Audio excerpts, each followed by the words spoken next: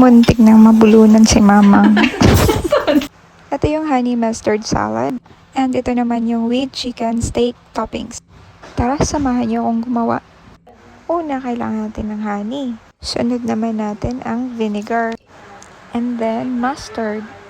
Pag gumagawa ko ng dressing, wala akong specific measurement. So, dagdagan na rin natin ng garlic powder. Sunod na rin natin yung mayo, pero konti lang. Mekos-mekos ko muna. So, habang nag-mekos-mekos ako, naisip kong lagyan naman nito ng paminta. Hindi ko pa talaga alam kung ano magiging lasa pag nalagyan ng paminta. Try lang. Iceberg lettuce na may cucumber. Nilagay ko na rin yung dressing. Yung kay mama walang chicken steak since hindi na siya kumakain ng chicken. Sarap. Sarap.